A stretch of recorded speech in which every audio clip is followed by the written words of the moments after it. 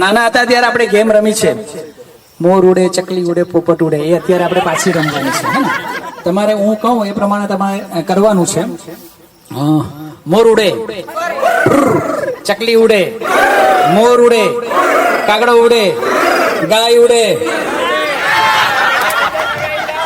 ફરીથી કાબર ઉડે, કોયલ ઉડે, બુલબુલ ઉડે, ગધેડો ઉડે. જો મિત્રો, આપણે આ રમત તો રમતા આવ્યા છે વર્ષોથી. જો ઝાડ જ નહીં રહેશે તો પક્ષીઓ ક્યાંથી આવવાના અને આપણે કેવી રીતે ઉડાડી શકવાના? એટલે મૂળ ઉદ્દેશ્ય એવો છે કે આપણે જો પક્ષીઓને બચાવવા હોય તો એના માટે જંગલ એક ઝાડ ઉપર પક્ષી નહીં રહે, જંગલમાં જ પક્ષી રહે.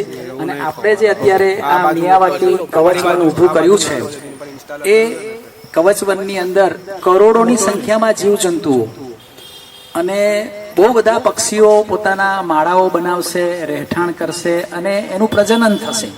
પતંગિયાઓ તો અહીંયા ઓલરેડી છે જ, પણ હજી પણ વધુ પડતા પતંગિયાની પ્રજાતિ અહીંયા આવશે.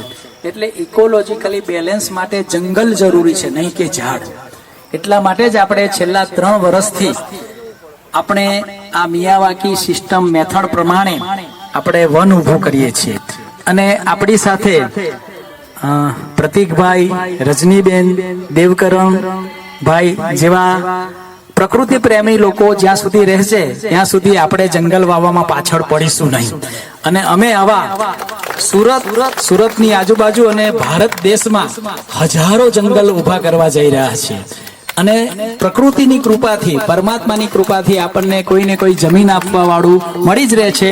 તો આજની તારીખે આપણે રજનીબેન, પ્રતિકભાઈ અને દેવકરણજી માટે જોરદાર તાળીઓથી એમનો આપણે અભિવાદન કરીએ અને જોરદાર તાળીઓથી વધાવી લઈએ કે પ્રકૃતિ સાથે તમે રહીને આજે ઓપોર્ચ્યુનિટી અમને આપી છે ઝાડ રોપવાની. એ બદલ અમે સૌ દિલથી આપ સૌને ખૂબ ખૂબ આભાર અને ધન્યવાદ વ્યક્ત કરીએ છીએ. ઝાડવે ઝાડવે જંગલ કરીએ, ઝાડવે ઝાડવે જંગલ કરીએ, ઝાડવે ઝાડવે જંગલ કરીએ.